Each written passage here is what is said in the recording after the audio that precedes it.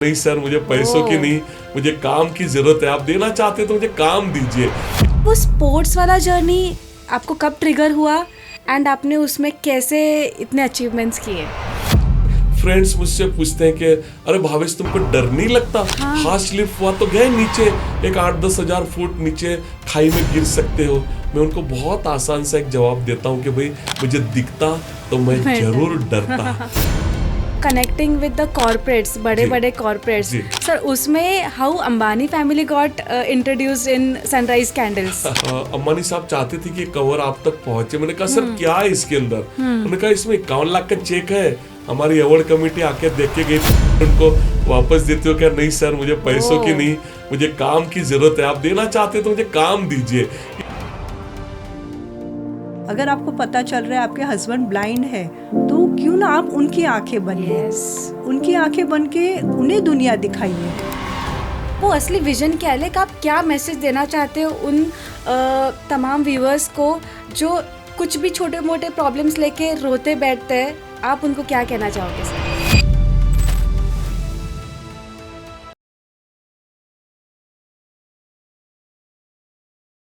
Sir sunrise candle से थोड़ा हटके सवाल, कैसे होता है कि लाइक स्पोर्ट्स खेलना जो नॉर्मल इंसान के लिए बहुत ही नॉर्मल चीज़ होती है, लेकिन सर आपके मेडल्स अभी दिख रहे हैं पीछे, और भी कई मेडल्स है।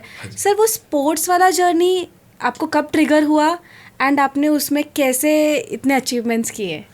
मैं थोड़ा पीछे आपको लेके जाता हूँ नम्रता जी के उस सीमेंट पाइप की फैक्ट्री में जो रेती मेरा सबसे बड़ा प्लेग्राउंड था, तो वहाँ और एक प्रेरणा स्रोत था मेरे लिए कि उन पाइप को, सीमेंट पाइप जब डाइज में से निकलते हैं तो उसको तैयार करने के लिए 15 दिन पानी के अंदर छोड़ दिया करते थे। और फिर वहाँ के जो मजदूर थे वो चेन में बांध कर और हाथ से उन दिनों मैन्युअली वो चेन खींचकर और पाइप पानी में से बाहर निकाले जाते थे। उस पर नंबर नोट किए होते थे कि कौन सा पानी में 15 दिन हो गया, 10 दिन हो गया, फिर उसको बाहर निकाल दिया करते थे।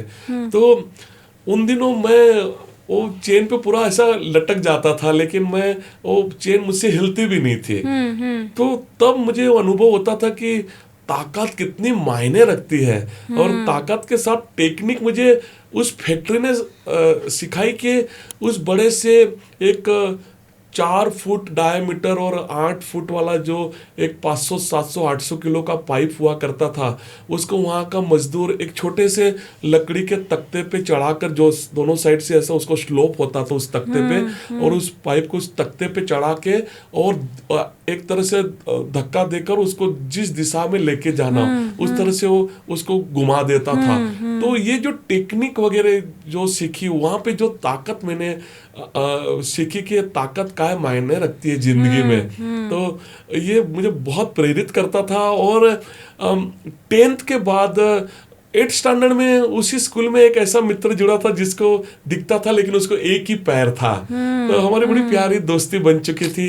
और 10th के बाद कॉलेज चालू होने को अक्सर काफी वक्त लग जाता है, तो उसका पूरा सदुपयोग करते हुए हमने एक टेंडम साइकिल बनाई, 2 पेडल वाली साइकिल। मेरा फ्रेंड था, वो देख पाता था लेकिन साइकिल चला नहीं पाता था, तो हमने दोनों ने मिलकर वो टेंडम साइकिल बनाई। उसका काम था हैंडल और ब्रेक संभालना, पीछे बैठ के मैंने पेडलिंग करना, और गोंदिया महाराष्ट्र से नेपाल काठमांडू और वापस गोंदिया हमने 6000 किलोमीटर की साइकिल टूर की, एक 45 दिनों में एक वर्ल्ड रिकॉर्ड के तौर पर जी। कई पूरा साइकिल पे हम लोग गोंदिया से नेपाल और वापस गोंदिया हमने 6000 किलोमीटर की साइकिल टूर की। बहुत कुछ कहने के लिए उस साइकिल टूर के बारे में। उन दिनों छत्तीसगढ़ भी नहीं था, मध्य प्रदेश से बिहार और बिहार से रक्सौल से गए, और आते समय नौतनवा सोनाली बॉर्डर से गोरखपुर, बस्ती, अयोध्या, फैजाबाद, लखनऊ, दिल्ली, आगरा, मथुरा, झांसी, ग्वालियर, भिंड, मुरैना होते हुए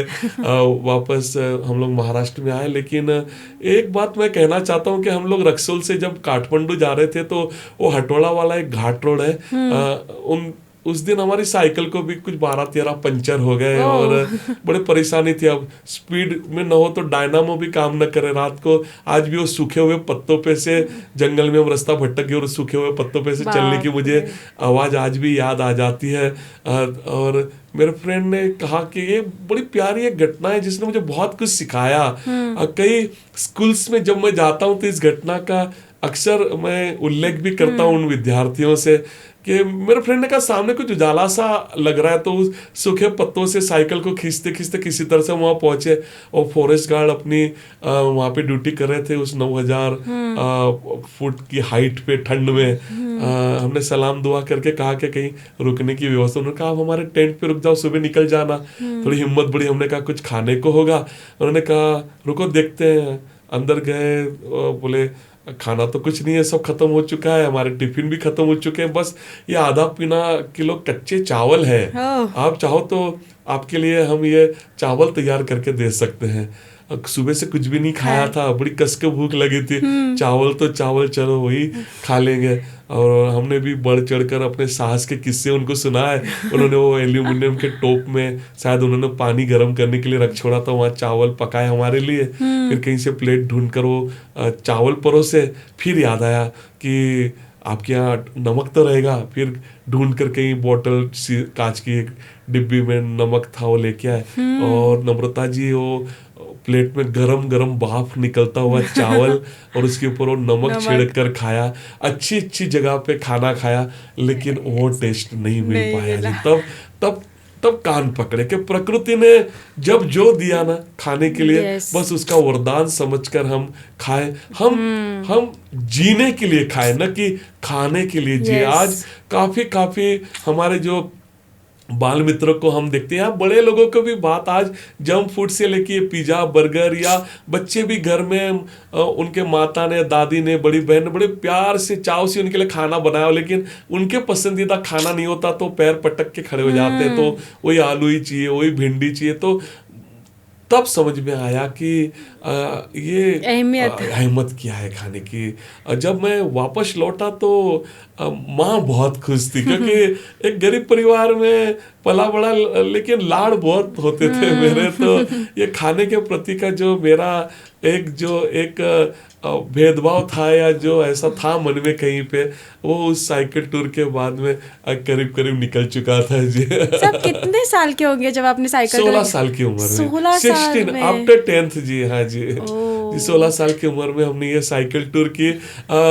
मैं काफी आपके माध्यम से उन पालक को भी कहना चाहता हूँ, क्योंकि माँ चाहती है तो मुझे ना कह सकती थी, मेरे डैडी ना कह सकते थे, कि क्योंकि जो लड़का अपने ब्लाइंडनेस के चलते बाजू के गांव में भी नहीं जा सकता अकेला, वो कहता है कि मैंने बाजू के देश में जाना है, वो भी साइकिल पे। तो काफी फ्रेंड ने जब ये सुना तब तो उन्होंने मुझे पागल करा कर दिया कि आंखों के साथ अब इसका दिमाग भी खराब हो चुका है। लेकिन माँ उन दिनों भी एक बेस्ट फ्रेंड की तरह जुड़ी, और उसने कहा नहीं, अगर तू ये करना चाहता है साइकिल टूर तो तू बिल्कुल कर सकता है। और वो 45 दिन जिंदगी के बहुत ऊंच नीच सीखने को मिले। गुरुद्वारा में, चर्च में, मंदिर में, कई जगह नहीं मिली तो वहाँ भी रुके, और जो प्यार मिला वो भीड़ मुरैना में, वो दूध बेचने वाला भी अपने साथ में, चलो बबुआ हमारे घर पे चलो। और वो जो प्यार, वो आत्मीयता, उनके पास वो मेहमान नवाजी के लिए पूरी व्यवस्थाएं भी नहीं थी, लेकिन वो जो दिल से उन्होंने प्यार दिया, तब लगता है कि हमारे पूरे भारतवर्ष में इतना प्यार, इतनी मैत्री, इतनी आत्मीय घर घर में कूट कर भरी हुई है जी। बस आप वो महसूस भी नहीं कर सकते कि इतना प्यार देने वाले लोग हमारे भारतवर्ष के कोने कोने में बस रहे हैं जी। हाँ जी। सो ये तो हुआ साइकिलिंग, उसके बाद आया शॉट पुट शायद। एक्चुअली बचपन से गोला फेंक, थाली फेंक और भाला फेंक मेरे पसंदीदा खेल थे। स्कूल टाइम से मुझे याद आता है कि और लोगों को कब से चीज़ें याद रहती है, लेकिन मुझे मेरे जूनियर केजी तक से सब चीजें याद है मुझे बराबर। शायद ये आंखों की रोशनी नहीं रही तो वो जो एनर्जी शायद मेरी मेमोरी पावर पे या मेरी और इंद्रियों पे बड़ी उसने ताकत बढ़ाई, मुझे ऐसा बिल्कुल महसूस होता है। और माता पिता की हाइट भी अच्छी खासी थी, इस वजह से मैं भी बहुत हाइटेड था। तो स्कूल टाइम में एक पर्टिकुलर हाइट के बच्चे को ही खेलने का अलाउड था प्राइमरी तक, तो मैं उससे ऊपर था, तो मुझे प्राइमरी स्कूल में तो खेलने नहीं मिला। लेकिन उसके बाद में फिर जो गोला फेंक, थाली फेंक मैं अनुभव करता था कि स्कूल के और बच्चे प्रैक्टिस करते, और तब मैं वहाँ पे एलिजिबल था खेलने के लिए, तो मैंने तब से खेलना शुरू किया। और आगे चल के इन जिंदगी की आपाधापियों में से बाहर निकलते निकलते काफ़ी साल निकल गए, लेकिन एक 26-27 की उम्र में जब स्पोर्ट्समैन ग्राउंड छोड़ देते हैं, उस एज में मैंने वापस खेलना शुरू किया। और पैरा ओलंपिक आप जानती हैं, जैसे ओलंपिक होते हैं तो पैरा ओलंपिक, तो मैंने पैरा ओलंपिक में डिस्ट्रिक्ट से खेला। 99 में मैं पहली बार स्टेट खेला, 2000 में पहली बार मैं बेंगलोर में नेशनल खेला, और 2001 में एक ऐसा समा बना कि 2001 से टिल टुडे मैं शॉर्ट पुट का नेशनल रिकॉर्ड लेके हूँ। अब तक मेरे पास में 117 पैरा ओलंपिक मेडल्स है, 117 पैरा ओलंपिक मेडल्स मेरे पास है जी। महाबलेश्वर की यूनियन बैंक में हमें 3 लॉकर दिए गए हैं सिर्फ मेडल रखने के लिए जी। हाँ लॉकर सिर्फ मेडल्स रखने के लिए। इतने सारे मेडल्स मेरे पास में है पैरा ओलंपिक के। लेकिन मैं समझ पाया हूँ कि अगर बॉडी फिट है तो हमारा मन, मस्तिष्क, विचार, हर चीज फिट है जी। तो ये स्पोर्ट्स, मैंने ये स्पोर्ट्स और ये मेडल हासिल करके कोई ऐसे सरकारी नौकरियां वगैरह नहीं पानी थी। मैंने खुद के लिए खेला, अपनी फिटनेस के लिए खेला। तो आज 54 की उम्र में मुझे क्रोसिन की गोली खाने की भी जरूरत नहीं पड़ती। लेकिन जब 2000 में पहला गोल्ड मेडल आया, तब मेरी वाइफ ने मुझे एक पूरी व्यायामशाला गिफ्ट की। उसने कहा आपको 10-12 किलोमीटर ट्रैवल करके जिम तक जाना पड़ता है, तो कितना अच्छा हो कि आपको घर में ही मैं एक जिम लगा दूं। तो कुछ व्यवस्था ऐसी थी और कुछ हो सकता था, तो उसने मुझे एक जिम गिफ्ट कर दी। लेकिन उसके साथ हमारा एक एग्रीमेंट बना बाकायदा लिखित में कि आपको रोज सुबह 4 से 8 जिम में जाना है, उसके बिना आपको ब्रेकफास्ट नहीं मिलेगा। ये एकदम लिखित में एग्रीमेंट तैयार किया गया, दोनों के हस्ताक्षर किए गए। मैं भी बड़ा खुश था कि चलो इतना ट्रैवलिंग का जो वक्त बचता है तो जिम में तो बड़ा प्यारा था। लेकिन गड़बड़ हो जाती थी कि कभी रात को लेट हो गए और नहीं जा पाए जिम में, तो दूसरे दिन ब्रेकफास्ट नहीं मिलता था। एक्चुअल में नहीं मिलता था सर। एक्चुअल में नहीं। फिर वो डिमांड करो तो वो एग्रीमेंट पढ़ के बता दिया जाता था। फिर हमारे पास और एक हथियार भी तो होता है, खुशामतों का, मिन्नतों का। तो थोड़ी खुशामतें, मिन्नतें करो तो एक आधा सा पराठा दया दृष्टि दिखाते हुए मिल जाता था, शायरी वगैरह करके। हाँ बिल्कुल जी। और उसको लेकर जिम के किसी कोने में गुनेगार की तरह चेहरा नीचे करके चुपचाप वो आधा सा पराठा खा लेने का, और जूने जमाने का कोई गीत भी गा लेने का कि अजीब नाश्ता है ये, कहाँ शुरू कहाँ खत्म है। लेकिन ये सब मेडल नीता मेरी धर्मपत्नी को समर्पित है। वो स्पेन का कोच रोज मेल करके कहता कि क्योंकि 400-500, क्योंकि हमें वो घूम के फेंकना अलाउड नहीं होता है। हमारे लिए जो रिंग होती है वो करीब 5 से 6 इंच जमीन में दबा दी जाती है। सामने रेफरी क्लैपिंग करते हैं और हमें ओरिएंटेशन समझ में आता है, फिर थ्रो करना होता है। तो उसके लिए रिस्ट, एल्बो और शोल्डर पे काफी काम करना होता है। तो 400-500 रोज के पुशअप्स निकालना, ग्राउंड प्रैक्टिस करना, वेट उठाना, उसके बाद ताकत ही नहीं बचती। लेकिन जो मेरा स्पेन का कोच मुझे था स्पोर्ट्स अथॉरिटी ऑफ इंडिया के तरफ से, वो रोज मेल करके मेरी वाइफ से कहता कि बाकी सब ठीक है, मैंने 6-8 किलोमीटर दौड़ना भी चाहिए। लेकिन अब रोज मेरे साथ कौन दौड़े, तो मेरी वाइफ ने बहुत प्यारा रास्ता निकाला। वो अपनी कार में 15 फुट की नायलॉन की रस्सी रखती, एक कैरियर भी लगाता उसने कार को, और हम ग्राउंड पे जाते तो रस्सी का एक छोर कैरियर को बांधा जाता, दूसरा मेरे हाथ में, वो गाड़ी चलाती, मैं रस्सी पकड़कर भागता, और इस तरह से हमारी दौड़ की प्रैक्टिस चलती। शुरुआत में तो मुझे बड़ी खुशी थी कि कितना प्यारा दिमाग पाया मेरी धर्मपत्नी, कितना प्यारा रास्ता निकाला उसने।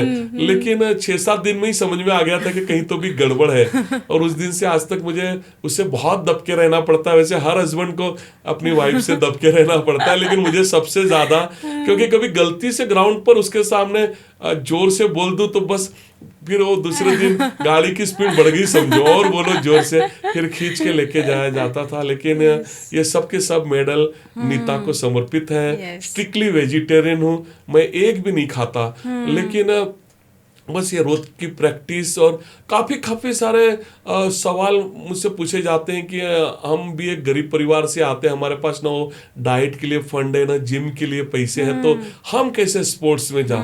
मैं उनसे कहता हूँ कि एक 40-50 रुपए तो आप स्पेंड कर सकते हो। वो कैसे, हाँ वो तो कर सकते, तो फिर हो गया। मतलब आप एक 3 मीटर की नायलॉन की रस्सी ले लो, आपकी एक रस्सी कूदने की एक मशीन बन गई। आप 10-10 रुपए की 2 ईंटें ले लो तो आपका पुशअप्स का मशीन बन गया। और जो पैसे बच गए 10-20 रुपए, तो आप कहीं से मूंग चना बस आप लेके आओ, आधा किलो पाव किलो, उसको रोज भिगो कर, और जो स्प्राउट जो है वो जो प्रोटीन है ना, वो अच्छे और चीजों में नहीं है जी। तो ये जो नियमित सराव, मैंने इतने सारे प्लेयर्स के साथ खेला, चाइना जापान से लेके हमारे भारतवर्ष में भी हरियाणा से लेके बड़े बड़े प्लेयर के साथ मैं खेला। बहुत अच्छा उनका भविष्य हो सकता था, लेकिन वो बस शॉर्टकट मारा, कहीं डोपिंग में पकड़े गए, कहीं पे दवाइयाँ ले ली, इंजेक्शन ले लिए, और बहुत अच्छा खासा कैरियर बन सकता था, और वो शॉर्टकट में उन्होंने वो गंवा दिया। तो मुझे लगता है कि ये नियमित सराव, ये प्रैक्टिस, ये बहुत मायने रखती है। 45 की उम्र में था कि बस अब बहुत हो गया, बहुत मेडल छोड़ो इनको, अब ये एनर्जी कहीं और लगाते थे। उन्हीं दिनों मैंने एक न्यूज़ सुनी थी कि पंजाब के एक दादी माँ 103 साल के, तो आज भी मैं मास्टर ओलंपिक खेलता हूँ, जो 5-5 साल की उम्र में खेले जाते हैं, 35 से 40, 40 से 45, तो 100 से 105 साल की उम्र की कैटेगरी में वो कनाडा में 100 मीटर दौड़े क्या हो तो चले 103 साल के, और उन्होंने अपनी कैटेगरी में गोल्ड मेडल भारत के लिए लेके आए। तब इतना मुझे गिल्ट हुआ कि वो 103 साल के दौड़ रहे हैं और हम यहाँ 45 में रिटायर होने की बात सोच रहे हैं। और उस दिन मैंने एक नई ऊर्जा के साथ खेला, और उन दिनों मैंने मेरे तीनों इवेंट में मैंने नेशनल गोल्ड मेडल लाए थे। तो आज भी खेलता हूँ। माउंटेनियरिंग मैंने 2011 में नेहरू माउंटेनियरिंग से शुरू की, और कलसूबाई महाराष्ट्र, जो हमारा महाराष्ट्र का हाईएस्ट पीक, यस करीब 5400 फुट पे है, वो मैंने 9 बार क्लाइंब किया। कलसूबाई, माउंट किलिमंजारो हुई अफ्रीका का, रसिया, ऑस्ट्रेलिया, अमेरिका, अफ्रीका, इनके सबके हाईएस्ट पीक हुए। बेस कैंप हुआ माउंट एवरेस्ट का, स्टोक कांगरी हुआ। तो अच्छा लगता है, इसमें बहुत ज़बरदस्त एक एडवेंचर है। ये फोटोग्राफ्स देख के मेरे काफ़ी फ्रेंड्स मुझसे पूछते हैं कि अरे भावेश तुमको डर नहीं लगता? हाथ स्लिप हुआ तो गए नीचे, एक 8-10 हज़ार फुट नीचे खाई में गिर सकते हो। मैं उनको बहुत आसान सा एक जवाब देता हूँ कि भाई मुझे दिखता तो मैं जरूर डरता। ये बात इसलिए कह रहा हूँ ना नम्रता जी, के हम कोई सर्वगुण संपन्न नहीं है। ईश्वर खुदा ने कहीं ना कहीं कुछ ना कुछ वीकनेस बिल्कुल हमारे अंदर रख छोड़ी है। मुझे लगता है उसी वीकनेस को हम अपनी ताकत बनाएं, अपनी स्ट्रेंथ बनाएं और आगे बढ़ने की कोशिश करें जी। लेकिन जिंदगी में कुछ हो ना हो, ये एक स्पोर्ट्स भावना, एक खेल भावना और एक स्पोर्ट्स का होना बहुत जरूरी। आज होता ऐसा ना कि हम हो, या जो यूथ है ना कि 6-7 घंटे मोबाइल पे लगा रहता है, सोशल मीडिया पे कितने रील मिले, कितने लाइक मिले, और उसमें से वो अपना वो कीमती समय वो बर्बाद हो जाता है। तो थोड़ा सा वक्त बस हमने इस स्पोर्ट्स के लिए कोई ग्राउंड पे बस ये पसीना बहाना, कोई भी प्रकार जो अच्छा लगता है, लेकिन उस स्पोर्ट्स की ओर हमने बिल्कुल रहना चाहिए। किताबों से जुड़ना बहुत जरूरी है। आज भी मैं 300-350 पेज रोज मैं किताबें पढ़ता हूँ, तो मुझे किताबें बहुत प्रेरित करती है। और ये स्पोर्ट्स के चलते आज मैंने बताया कि 54 की उम्र में क्रोसिन की गोली खाने की भी आवश्यकता नहीं पड़ती। सब सुन के बहुत इम्पॉसिबल सा लगता है सर, अनबिलीवेबल लगता है, लेकिन बहुत मोटिवेशन भी मिलता है कि अगर आप कर सकते हो तो दुनिया का कोई भी इंसान अगर खुद में विश्वास रखेगा तो डेफिनेटली कर पाएगा। नम्रता जी 24 घंटे मिलते हैं हमारे पास में, हम आराम कर करके कितना 6-7 7.5 घंटे, उससे ज्यादा आप आराम करके भी थक जाएंगे। हाँ जी, तो बाकी का इतना बड़ा जो समय है ना, इसको प्रॉपरली एक मैनेज करना, वो जो टाइम मैनेजमेंट कहते हैं, हाँ, ये बहुत जरूरी है। आप ट्रैवलिंग है, आप ऑफिस जा रहे हो, आपके आप ड्यूटी पे जा रहे हो, आपके पास में आप कॉलेज में जा रहे हो, स्कूल, आप उसका पूरा समय आप अच्छी किताबों के लिए आप रख सकते हो, अच्छे फ्रेंड बनाने में रख सकते हो, कुछ समय सुबह को योग, ध्यान, प्राणायाम, स्पोर्ट्स, इसके लिए आप या सुबह शाम का वक्त, ये हो सकता है जी, बिल्कुल मुमकिन है जी। आप हो सके तो कहीं नियरेस्ट है तो एक आधी साइकिल का उपयोग कर सकते हो, और ऐसा बहुत कुछ किया जा सकता है। बस एक प्रबल इच्छा शक्ति, एक डिजायर की जरूरत है जी, है ना, चाह है वहाँ राह है, बिल्कुल बिल्कुल। एक चाह के साथ में हमने आगे बढ़ना जरूरी है। एक बस अपने आप से कमिटमेंट करके, अपने आप से एक वादा करके हमने ये करना है, तो हमारी जिंदगी में भी ये बहुत प्यारे प्यारे अलग अलग रंग हम बिल्कुल भर सकते हैं जी। सर, मेडिटेशन का आपने कहा, sir what is meditation for you? Because सबसे बड़ी डिफिकल्टी होती है कि आंखें बंद करके शांति से अंदर में झांकना। नम्रता जी, शायद इसी का मेडिटेशन भी कहते हैं कि एक शांत भाव से हमने आंखें बंद करना और अंदर झांकने की कोशिश करना, और थोड़ा प्राणायाम भी साथ में होता है, और बड़ा अच्छा भी लगता है। एक बहुत मजेदार किस्सा था, क्योंकि शुरुआत से जो मेरे को कुछ मदद करना चाहते थे यार, अपनी आत्मीयता व्यक्त करना चाहते, तो अलग अलग जगह पे हमने होम्योपैथिक, एलोपैथिक, आयुर्वेदिक, ऐसे मैं कहना नहीं चाहिए, लेकिन नींबू, मिर्ची, झाड़ फूक, मेरी आंखों के लिए जिसने जहां भेजा हम गए। थप्पियां लग चुकी थी फाइलों की, लेकिन सबकी जगह से एक ही था कि आपकी आंखें जो प्रॉब्लम आपको रेटिना और ऑप्टिक नर्व्स का, तो उसके लिए अभी वर्ल्ड में कहीं पे कोई इलाज नहीं है। लेकिन एक बड़ा मजेदार किस्सा हुआ हरिद्वार में। मेरे एक मित्र ने कहा कि मैं आपको बाबा रामदेव जी के पास लेके चलता हूँ। मैंने कहा देखो ये सब इतनी सारी फाइलें, अब मेरे पास ना वक्त है ना पैसे है। बोले नहीं, सब मैं मैनेज करूंगा, बस आप 3-4 दिन निकालो। और हम गए, जाते जाते पुणे में कुछ हमने महानुभाव जो जुड़े थे बाबा रामदेव जी के साथ, तो हमने कुछ सिफारिशी पत्र भी लिए, और हम पहुंच गए वहाँ। तो उन सिफारिशी पत्रों ने अपना बड़ा जबरदस्त काम किया, तुरंत सब चेकअप हुआ, फाइल बनाई गई। दूसरे दिन कुछ शाम के वक्त में 1-1.5 मिनट के लिए बाबा रामदेव जी के सामने खड़ा किया गया। उन्होंने भी वो फाइल ऊपर से देखी और सर पर हाथ फेरते हुए कहा कि बेटा हमारे पास अभी तो फिलहाल आपकी आंखों के लिए कुछ नहीं है, लेकिन कितने अच्छे दिन आए हो कि कल से हम एक नया शिविर शुरू कर रहे हैं, तो एटलीस्ट आप कुछ सेशन अटेंड करो, फिर आप जाओ। अब नाराजगी तो बहुत थी कि क्यों आए, पता ही था कि यही सुनने को मिलने वाला है, लेकिन इतने बड़े व्यक्ति, इतने बड़े गुरुजी जब कह रहे हैं, उनका आदेश है, तो हम रुक गए। और दूसरे दिन जब हम ग्राउंड पे 4:30 बजे, 4:45 बजे पहुंचे, तो पहली हजारों की संख्या में सब साधक लोग वहाँ पहुंच चुके थे, और हम भी बैठ गए, मैं और मेरा फ्रेंड। 5 बजे बिल्कुल बाबा मंच पर पधारे, और जैसे आपने कहा ना आंखें बंद करो, तो उससे मुझे एक किस्सा याद आ गया। उन्होंने सबसे कहना शुरू किया कि आंखें बंद करो और अपने अंदर झांकने की कोशिश करो, भीतर झांकने की कोशिश करो। तो वो सबसे कह रहे थे, जो वॉलेंटियर 25-50 लोगों में घूम रहे थे, वो सबसे कह रहे थे कि सुनो बाबा क्या कह रहे हैं, इधर उधर मत देखो, आंखें बंद करो। वो मंच से बाबा और यहाँ वॉलेंटियर कंटिन्यू हैमर चालू था चारों ओर, क्या आंखें बंद करो, अंदर जाको। और मैं था कि कब यहाँ से निकलूं और भागूं महाराष्ट्र। ये सभी मानसिकताएं साथ में चल रही थी। तब दिल की धड़कन ने एक बहुत अनोखी बात मुझसे कही कि Bhavesh, you are so lucky, कितना किस्मत वाला है तो, इन हजारों लोगों को जबरदस्ती अपनी आंखें बंद करनी पड़ रही है, फिर भी उसमें से उनको सफलता नहीं मिल रही। कंटिन्यू ये लोग कह रहे कि आंखें बंद करो, अंदर जाको, और ईश्वर ने, खुदा ने तुझे क्या खूब बनाया कि उस झंझट से ही तुझे मुक्त कर दिया। बाजू में मेरा फ्रेंड बैठा था, मैंने उसको हिलाया, अब बोला चल यार आज अपना खरे अर्थ में इलाज हो गया। उसके बाद कभी पीछे मुड़कर नहीं देखा। फिर जो ये कहीं अंदर थोड़ी बहुत भी ऐसा एक दुख था कि मुझे ही क्यों ऐसा बनाया, वो भी निकल गया। हाँ जी, यस। मुझे तो लगता है नम्रता जी कि ईश्वर खुदा हमें कुछ अलग करने के लिए इस तरह से डिजाइन करता है, हम ना कि हमारे चारों ओर एक्सक्यूज और बहानों की ऐसी दीवार खड़ी कर देते हैं ना कि मुझे दिखाई नहीं देता, मुझे सुनाई नहीं देता, मैं गरीब परिवार से, मैं किसान के घर से। और आजकल तो देश के बड़े कोने कोने में बड़ा लेटेस्ट बहाना चला हुआ है कि मुझे आरक्षण नहीं मिला इसलिए मैं पीछा रह गया। लेकिन मैं समझता हूँ जो है बेस्ट है। उन दिनों एमए की 2 फर्स्ट क्लास की डिग्रियां मेरे पास थी।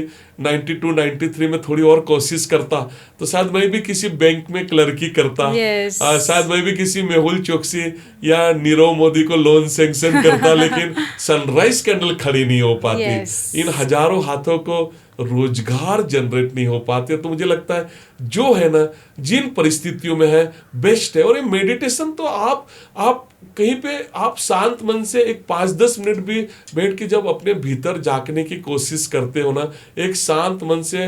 तो मेरे एमए इकोनॉमिक्स के हर प्रोफेसर ने मुझे एक ही सलाह दी थी कि देखो भावेश, तुम एक कच्ची गुजराती परिवार से आते हो जो बिजनेस करने के लिए जाने जाते हैं।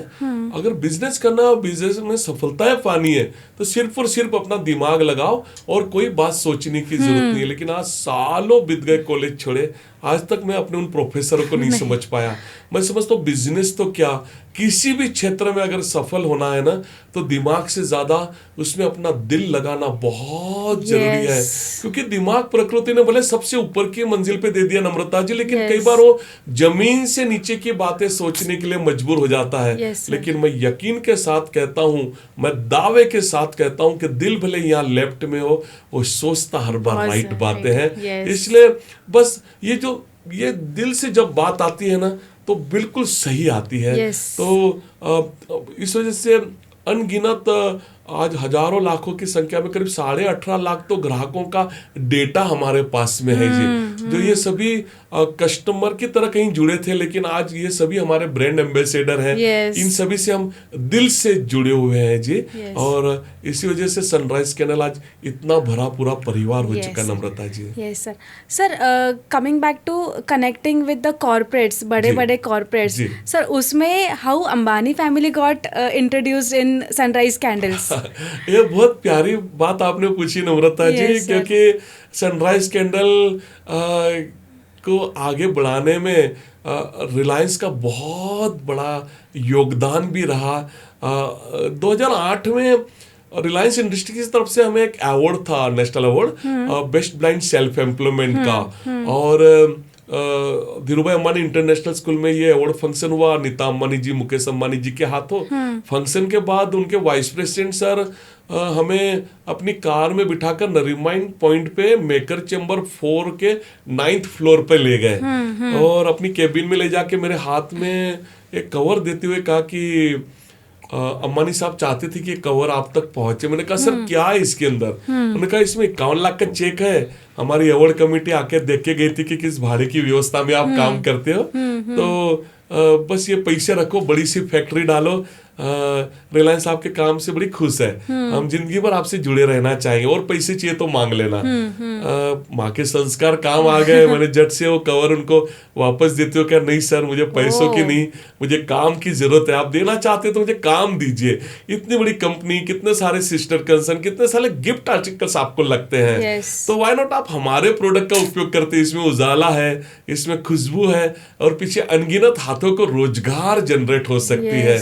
और ये बात उनको इतनी अच्छी लगी कि 2008 से टिल टुडे रिलायंस इंडस्ट्री की हर न्यू ईयर गिफ्ट बनाने का हमें मौका मिला। अब इससे बड़ी एंटरप्रेन्योरशिप की बात क्या हो सकती है नम्रता जी, कि 51 लाख का चेक लौटा कर उस 51 लाख के सामने करीब करीब 265 करोड़ से ज्यादा का काम रिलायंस हमारे इन ब्लाइंड मित्रों को दे चुकी है जी। लेकिन बात पैसे लौटाने से यही खत्म नहीं हुई।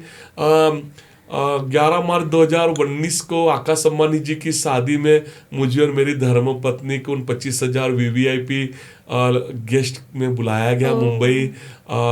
2023 31 मार्च को जब नीता मुकेश अंबानी कल्चर सेंटर का उद्घाटन हुआ, उनका एक स्वदेश प्रोजेक्ट लॉन्च हुआ, तो तब से हम जुड़े। मुंबई में 1 लाख रुपया रोज का भाड़ा है BKC में उनके सेंटर पे, लेकिन आज तक हमारा एक परमानेंट स्टॉल वहाँ पे लगा, 1 रुपया भाड़ा न लेते हुए BKC में जी। और वहाँ पे लाखों की संख्या में जो सब वीआईपी आए, सेलिब्रिटी आए, उनसे मिलने का मौका मिला। और सबसे बड़ी बात तो हुई कि जब 2024 में अनंत अंबानी की शादी हुई तो पुणे से चार्टर प्लेन से हम जामनगर भेजे गए और प्री वेडिंग से वेडिंग तक का पूरा गिफ्टिंग का काम हमारी ब्लाइंड टीम ने किया। 3,10,000 बॉक्स हमने बनाए। इसमें एक 25,000 27,000 के करीब मेरे ब्लाइंड और हियरिंग इम्पेयर्ड और दिव्यांग ऑर्थोपेडिक मेरे दिव्यांग मित्रों को इससे रोजगार जनरेट हुई। मार्क जुकरबर्ग से लेके बिल गेट्स से लेके टॉम हॉलैंड से लेके फरारी के चेयरमैन और जो भी वीवीआईपी था सबको हमारे हाथों से वो गिफ्ट आर्टिकल वहां पे डिस्ट्रीब्यूट किए गए। पूरे वर्ल्ड से उस शादी में जाने से हम जुड़ पाए। और इसका सबसे बड़ा फायदा हुआ कि सनराइज कैंडल को उन सब लोगों तक पहुंचाया जा सका। और एक और बात हुई कि जब 2018 में मेरी बायोग्राफी, हिंदी बायोग्राफी पब्लिश हुई, रुक जाना नहीं, माननीय प्रधानमंत्री जी के हाथों, और 2020 में भगत सिंह कोश्यारी जी माननीय गवर्नर जिन्होंने राजभवन में मराठी आवृत्ति पब्लिश की, इन सब बायोग्राफी की प्रस्तावना का पेज भी श्रीमती नीता अंबानी जी ने लिख के दिया है। हाँ जी, वैसे आप जानती हैं नम्रता जी कि मेरी वाइफ का नाम भी नीता है। वो अक्सर कहती है कि नीता भाटिया नीता अंबानी जी की तरह बड़ी खुश है, बड़ी हैप्पी है, बड़ी संतुष्ट है। लेकिन मैं एक लाइन जरूर जोड़ देता हूँ उसमें कि जिनके धर्मपत्नी के नाम नीता होते हैं ना, वो हस्बैंड सब एक्स्ट्रा ऑर्डिनरी होते हैं। ग्रेट सर, मुझे ऐसे लगता है उस टाइम पे अगर आपने वो 51 लाख का चेक रिटर्न नहीं किया होता, शायद आज आप उनके साथ इतने डीपली कनेक्टेड नहीं होते। बिल्कुल नहीं हो पाते। हम एक रसीद बुक लेके फंड जमा करने वाली मशीन भर बन के रह जाते। नाना पाटेकर जी हमारे महाराष्ट्र के एक बहुत बड़े मिनिस्टर के लिए बड़ी प्यारी बात कहते हैं कि he is my best friend, लेकिन तब तक ये कि जब तक मैं उससे कुछ मांगता नहीं। हाँ जी, तो ये काम से काम हमने रखा। तो आज तक इतने सालों के बाद भी वो रिलेशन उसी तरह से बरकरार है। और उनके साथ मिलकर काम करने का मौका मिला। उनका परचेस ऑर्डर आया, उसने अपने आप में कमाल किया। उनका पीओ आया तो, और अनगिनत कंपनियों ने हम पे विश्वास दिखाना शुरू किया। काफी होटल ग्रुप, ताज ग्रुप, लीला ग्रुप, ग्रांड हयात ग्रुप, सरी के बड़े बड़े होटल ग्रुप्स आए। उनके लिए हमने प्रोडक्ट बनाने शुरू किए। कंपनी के ट्रेडमार्क, सिंबल, फार्मास्यूटिकल्स, बिल्डर्स, सबके लिए हमने काम शुरू किया। एक सुला वाइन की वाइनरी से लेके किंगफिशर की बियर मग से लेके एक फार्मास्यूटिकल के टॉनिक बोतल से लेके reiki, meditation, gift, return gift, सब में हमारे प्रोडक्ट शुरू हुए। और अब क्या हो गया कि हम भी इतने कैलोरी कॉन्शियस हो गए ना कि मिठाइयाँ, चॉकलेट के बदले कुछ और भी चाहते हैं। तो उसमें इस कैंडल का बहुत प्यारा उपयोग होता है जी। हाँ जी, और एक क्वालिटी के साथ में आज सनराइज कैंडल आज काम कर रही है। 500 से ज्यादा मैनेजमेंट कॉलेज हमें केस स्टडी भी करती है। मैं उन तमाम विद्यार्थियों से भी कहता हूँ नम्रता जी के चीजें बनाना बहुत आसान है, लेकिन सबसे जरूरी है उसको बेचना। आप दुनिया की कोई भी भाषा उठा लो, उसमें आपको ये कहावत मिलेगी सुनने के लिए कि अगर आप बेच सकते हो तो मिट्टी भी बेच सकते हो, अदरवाइज आप सोना भी नहीं बेच सकते। तो चीजें बनाने के साथ में मार्केटिंग, कितने सारे सेल्फ हेल्प ग्रुप, बचत गट जिसको हम कहते हैं, वो हमसे जुड़े। मैं उन सभी से कहता हूं कि पहले बनाना तो आप सीख ही जाओगे, पहले आप बेचना सीखो। मार्केटिंग है ना, अगर मार्केटिंग आपकी पावरफुल है तो फिर आपको आगे बढ़ने से दुनिया की कोई ताकत रोक नहीं सकती है। सर, आपने आपके वाइफ नीता मैम के बारे में जिक्र किया। सर, आप उनसे कैसे कनेक्ट हुए? नीता से जुड़ना मतलब मेरी जिंदगी का सबसे प्यारा टर्निंग पॉइंट रहा। ये उन दिनों की बात है जब मैं हैंड कार्ड पे कैंडल बेचा करता था महाबलेश्वर की फुटपाथ पे। और Netaji as a tourist Mahabaleshwar आए हुए थे। काफी एक संपन्न परिवार की इकलौती वारिस और काफी रिच परिवार से थी। हर समर में वे लोग पूरे परिवार के साथ महाबलेश्वर 2-2 महीना रुका करते थे, वो बड़ा सा बंगलो लेकर। और साइट सीन वगैरह में तो कोई इंटरेस्ट थी नहीं, क्योंकि बचपन से पूरा घुमा हुआ था। तो शाम को जब वो मार्केट में टहलने निकली और उस हैंड कार्ड पे नजर पड़ी और फिर तो थोड़ी बातें करने के बाद जब पता चला कि मैं अकेला ये पूरा मैनेज करता हूँ, तो रोज शाम को आके उसने मुझे हेल्प करनी शुरू की, और 19-20 दिन में बहुत अच्छी फ्रेंडशिप भी हो चुकी थी। और गड़बड़ 21वें दिन हो गई। उस दिन शाम को उस दिन नेताजी की तरफ से शादी का प्रस्ताव आ गया। मैं भी उन दिनों काफी हैंडसम हुआ करता था। मुझे थोड़ा धक्का भी बैठा कि कैसे मुमकिन है। और उसने जो बात कही ना, एक एक शब्द आज भी मुझे याद है कि भावेश, बचपन से मैंने सिर्फ पैसा देखा। अक्सर लड़कियों के ब्याह बड़े घर में किए जाते हैं, बड़ा घर मतलब ज्यादा पैसा। मुझे जिंदगी में पैसों के सिवा कोई बात ही समझ में नहीं आई। लेकिन ये 18 दिन 20 दिन आपके साथ यहाँ पे हैंड कार्ड पे काम करके अब मुझे मेरी जिंदगी का मकसद मिल चुका। हम दोनों एक होते हैं, और आपकी तरह ऐसे आपके बहुत सारे फ्रेंड हैं जिसके लिए हम मिलकर काम कर सकते हैं। मैं ना नहीं कह सका, हमने आपस में बस वो एग्रीमेंट कर ली उस फुटपाथ पे। लेकिन उसके माता पिता कन्विंस हुए, लेकिन और रिश्तेदार बड़े नाराज चल रहे थे। तो उन्होंने शर्त रख दी कि अभी सगाई करते, 1 साल के बाद शादी। लेकिन उस 1 साल में हर हफ्ते मैं मुंबई जाता उससे मिलने, कि कहीं वो अपने विचार न बदल दे। हाँ, तो लेकिन वो एक स्ट्रीट होकर पैसे भी कहाँ से निकाले। तो आजू बाजू के फेरी वालों से उधार के पैसे लेके मुंबई जाना, और उधार के पैसों में स्टेट ट्रांसपोर्ट की बस में बॉम्बे जाते जाते मेरे दिल की हर धड़कन एक ही बात कहती थी उन दिनों, कि सांसों में वो मेरे समाया भी बहुत लगता है, वो शख्स मुझे पराया भी बहुत लगता है, और तमन्ना यह है कि रोज उससे मिलने जाऊं, लेकिन क्या करूं, आने जाने में किराया भी बहुत लगता है जी। 7,000 से ज्यादा शायरियां लिखी। अधिकतर शायरियां मैंने उन दिनों एसटी की बस में लिखी रहेगी। लेकिन आज शादी को 29 ईयर्स हो गए। आज मैं प्राउडली नीता के लिए इतना जरूर कह सकता हूँ कि वो इतनी हंसी है कि मेरी खुशी का क्या जवाब दूं, खूबसूरती के पन्नों से उसको क्या खिताब दूं। कोई फूल होता तो जरूर माली से मंगवा लेता, जो खुद एक गुलाब है उसको क्या गुलाब देगा। बहुत बढ़िया सर। उसी की सुंदर आंखों से इस सुंदर दुनिया को देखता हूँ। मैं उसे कहता हूँ, नीता तुम गांधारी से बड़ी हो। हमने तो यही सुना, यही अनुभव किया कि वो आंखों में पट्टी बांधकर बैठ गए थे, लेकिन नीता की इन खूबसूरत आंखों से उसने मुझे एक खूबसूरत दुनिया दिखाई। मैं हर बार उसको मजाक में कहता हूँ कि हस्बैंड वाइफ के संबंध 7 जन्मों के होते हैं नीता, लेकिन आपको एतराज न हो तो 7 के साथ एक 0 और लगा देना। हाजी। उसका हाथ जब भी अनायास मेरे हाथ में होता है, उसको इतना जरूर कह देता हूँ कि फिर हथेली पे लकीरों का समंदर देखूं, ला तेरा हाथ उसमें मैं अपना मुकद्दर देखूं। हाजी। बहुत बढ़िया सर। आज आपके साथ नीता मैम भी आए हुए हैं, सो उनसे भी कुछ बातें करेंगे sir, if you don't mind. Yes sir.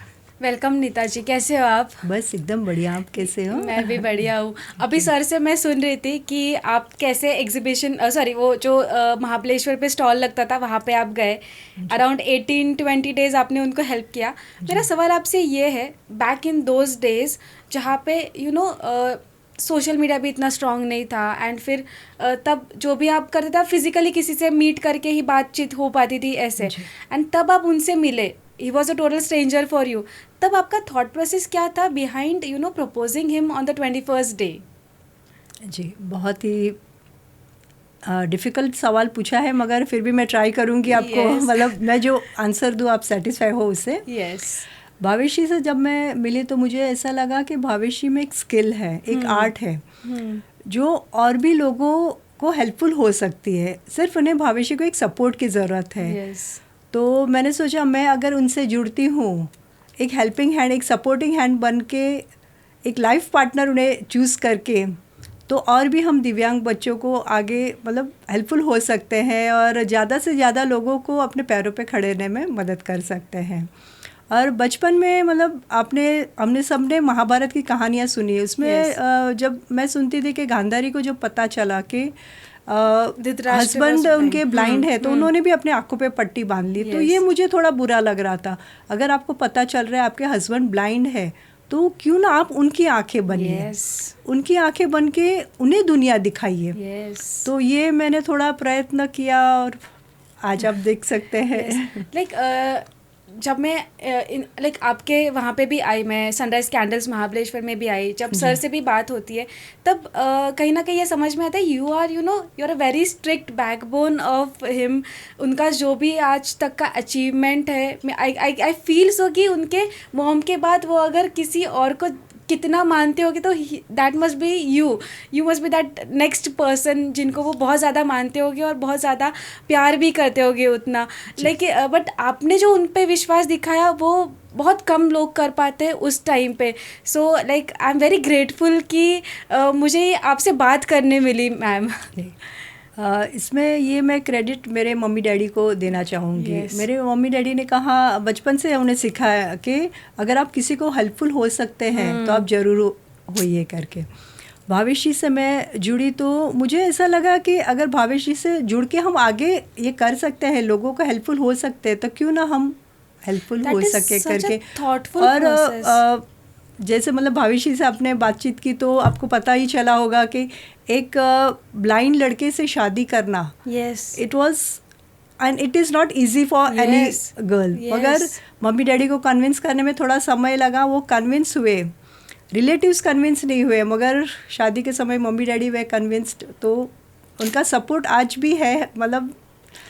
और तभी जो डिसीजन लिया गया, हमारी शादी को 29 इयर्स हो गए, वो डिसीजन आज तक मुझे कभी ऐसा नहीं लगा कि मैंने गलत डिसीजन लिया। You prove that whatever you decided it was correct.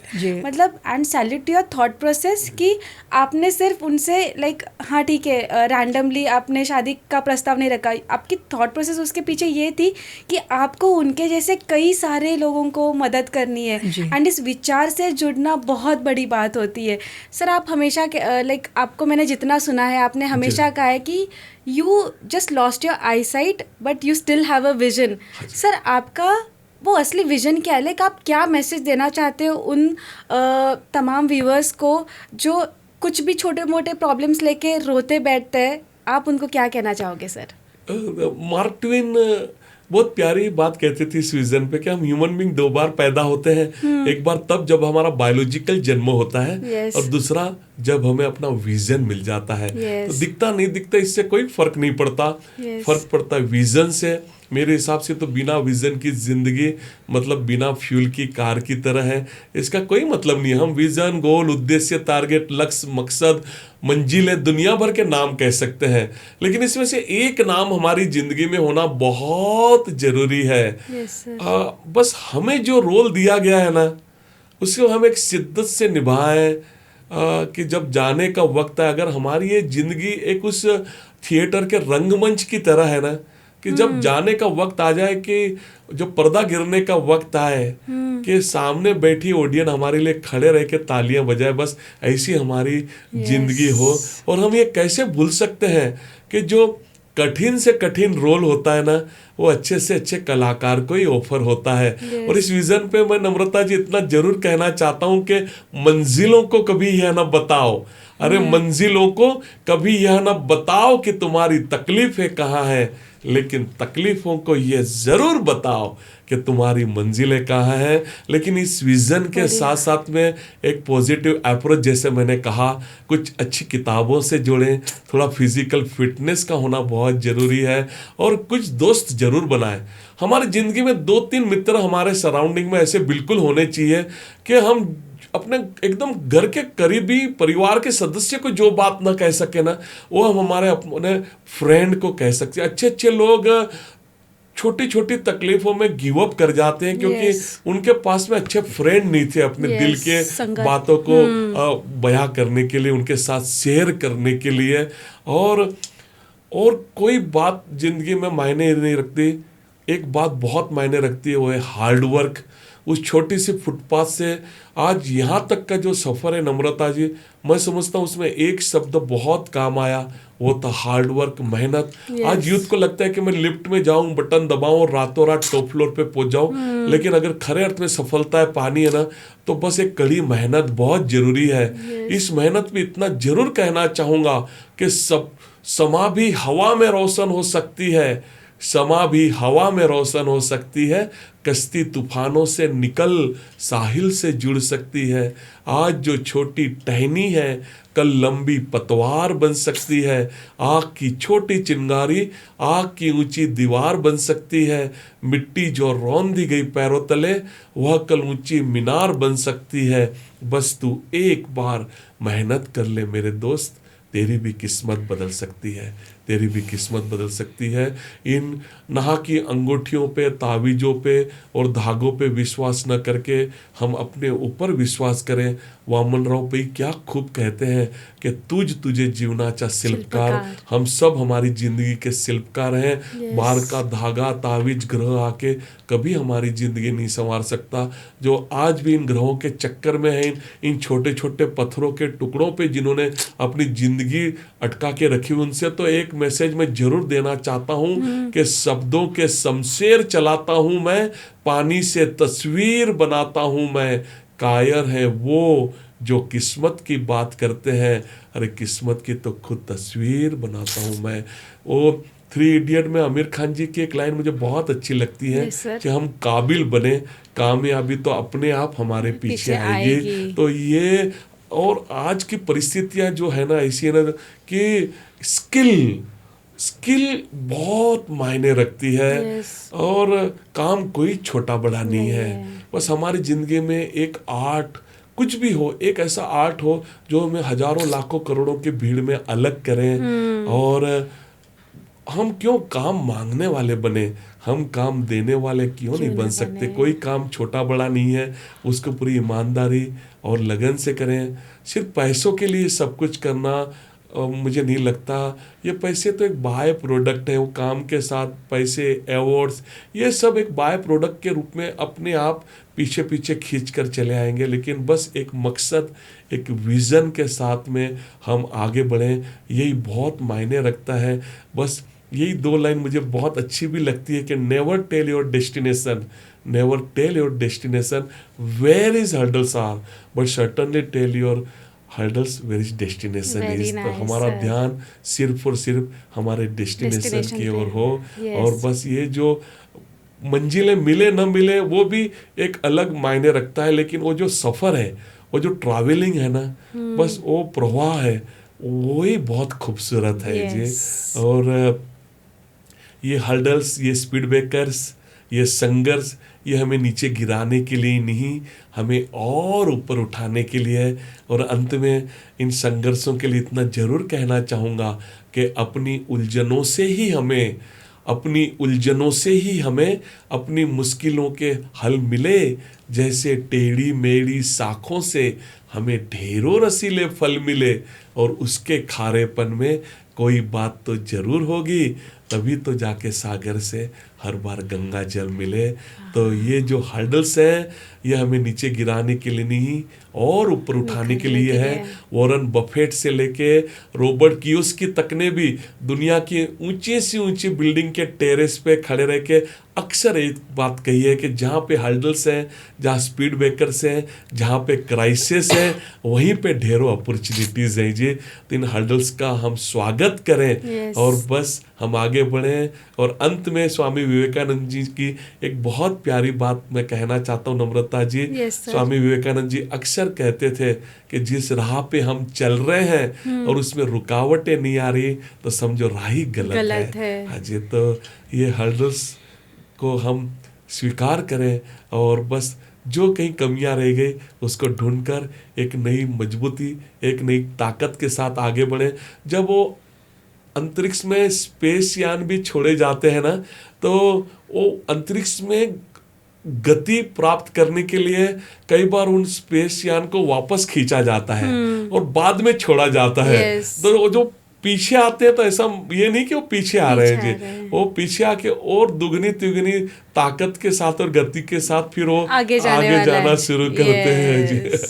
तो बस ये तकलीफ है, हर्डल, स्पीड ब्रेकर्स, ये हमें और ताकत देती है और मजबूती देती है। और बस हम आगे बढ़ें, दुनिया बहुत खूबसूरत है, बहुत प्यारी, बस हम ही अपने अंदर की कमजोरियों को अपनी ताकत बनाए और छा जाए पूरी दुनिया पे। बस हमारे प्रयत्नों से ही, हम सब मिलकर ही, हमारी यूनिटी से ही हमारे प्यारे भारतवर्ष को खरे अर्थ में हम विकसित भारत बना सकते हैं।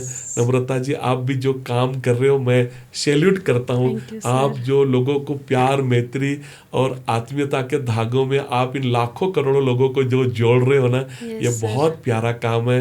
मैं आपको कोटि कोटि वंदन करता हूँ। आपके व्यूअर्स को बहुत शुभकामनाएं देने के साथ मेरी वाणी को विराम देता हूँ। Thank you sir. आपके साथ बात करके मतलब बातें ख़त्म ही नहीं हो रही है। मेरे पास अभी भी इतने क्वेश्चंस है कि टाइम कम पड़ जाएगा सर। डेफिनेटली इस पे दूसरा एपिसोड आना चाहिए sir. And thank you so much sir कि आप यहाँ पे आए, हमारे साथ बातें की, इतनी सारी नॉलेजेबल इम्पॉर्टेंट चीज़ें आपने हमारे साथ शेयर की। मैं सबको यही कहना चाहूँगी कि चाहे मुश्किलें कितनी भी हो, अगर भावेश सर जैसे लोग इतने सारे लोगों को जुड़ सकते हैं एंड इतना बढ़िया काम कर सकते हैं, तो why not us. Thank you sir, thank you so much.